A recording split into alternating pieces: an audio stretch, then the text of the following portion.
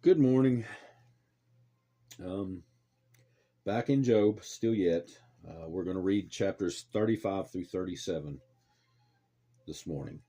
Chapter 35. Moreover, Elihu answered and said, Do you think this is right? Do you say, My righteousness is more than God's? For you say, What advantage will it be to you? What profit shall I have, more than if I had sinned? I will answer you, and your companions with you.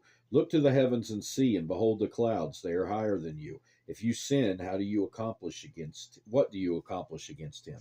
Or if your transgressions are multiplied, what do you do to him?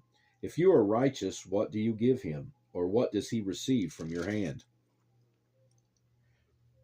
Your wickedness affects a man such as you, and your righteousness a son of man. Because of the multitude of oppressions they cry out. They cry out for help because of the arm of the mighty. But no one says, Where is God my Maker, who gives songs in the night, who teaches us more than the beasts of the earth, and makes us wiser than the birds of heaven? There they cry out, but he does not answer because of the pride of evil men. Surely God will not listen to empty talk, nor will the Almighty regard it. Although you say you do not see him, yet justice is before him, and you must wait for him. And now, because he has not punished in his anger, nor taken much notice of folly, therefore Job opens his mouth in vain. He multiplies words without knowledge. Chapter 36. Elihu also proceeded and said, Bear with me a little, and I will show you that there are yet words to speak on God's behalf. I will fetch my knowledge from afar. I will ascribe righteousness to my Maker. For truly my words are not false. One who is perfect in knowledge is with you.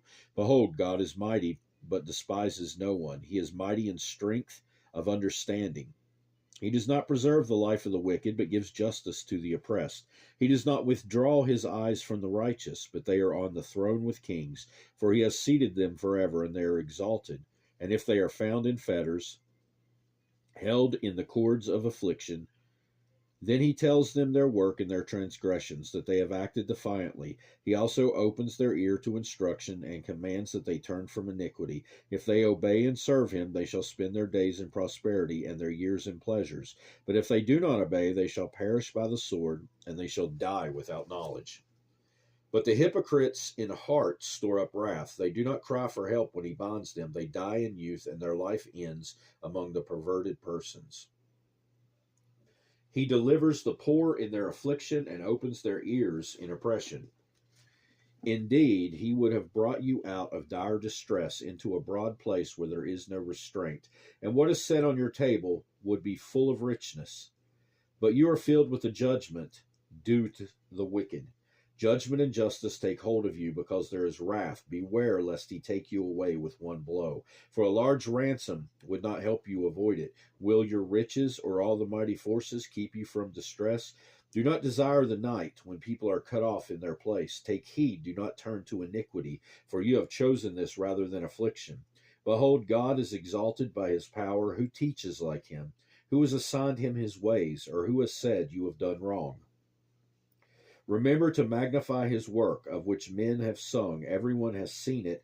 Man looks on it from afar. Behold, God is great, and we do not know him, nor can the number of his years be discovered. For he draws up drops of water, which distill as rain from the mist, which the clouds drop down and pour abundantly on man. Indeed, can anyone understand the spreading of clouds, the thunder from his canopy? Look, he scatters his light upon it and covers the depths of the sea.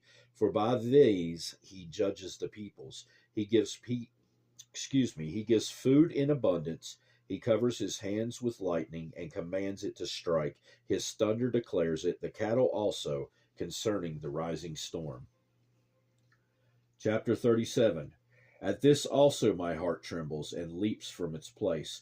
Hear attentively the thunder of his voice and the rumbling that comes from his mouth. He sends it forth under the whole heaven, his lightning to the ends of the earth. After it, a voice roars. He thunders and his majestic voice, with his majestic voice. And he does not restrain them when his voice is heard. God thunders marvelously with his voice. He does great things which he cannot comprehend. We cannot comprehend. For he says to the snow, fall on the earth, likewise to the gentle rain and the heavy rain of his strength. He seals the hand of every man, that all men may know his work. The beasts go into dens and remain in their lairs. From the chamber of the south comes the whirlwind, the cold from the scattering winds of the north. By the breath of God, ice is given, and the broad waters are frozen. Also with moisture he saturates the thick clouds. He scatters his bright clouds, and they swirl about, being turned by his guidance, that they may do whatever he commands them. On the face of the whole earth he causes it to come, whether for correction or for his land or for mercy. Listen to this, O Job. Stand still and consider the wondrous works of God. Do you know when God dispatches them and causes the light of his cloud to shine? Do you know how the clouds are balanced, those wondrous works of him who is perfect in knowledge? Why are your garments hot when he quiets the earth by the south wind? With him have you spread out the skies, strong as a cast metal mirror? Teach us what we should say to him, for we can prepare nothing because of darkness. Should he be told what I wish to speak? If a man were to speak, surely he would be swallowed up. Even now men cannot look at the light when it is bright in the skies. When the wind has passed and cleared them, he comes from the north as golden splendor. With God is awesome majesty. As for the Almighty, we cannot find him. He is excellent in power, in judgment, and abundant justice. He does not oppress, therefore men fear him. He shows no partiality to any who are wise of heart. That will do it for this time. God willing, we'll carry on again in the book of Job at a later time. I hope you have a great rest of your day. Goodbye.